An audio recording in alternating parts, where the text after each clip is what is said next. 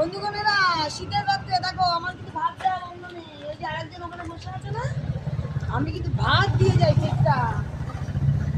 ওদিকে ওদিকে ওটাকে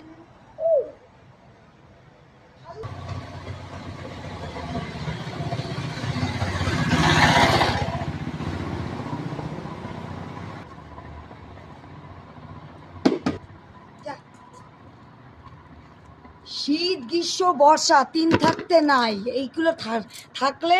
আর একজন কমেন্টে লিখেছে যে এই আপদগুলোকে কেন আবার মানে রাখা, এগুলোকে জন্ম দেয়, মানে ওর যাই হোক, যে বলছি এগুলোকে মেরে ফেলাই বা ভালো, এগুলোকে আপদগুলোকে ঘরে জঞ্জাল, রাস্তাঘাটে জঞ্জাল।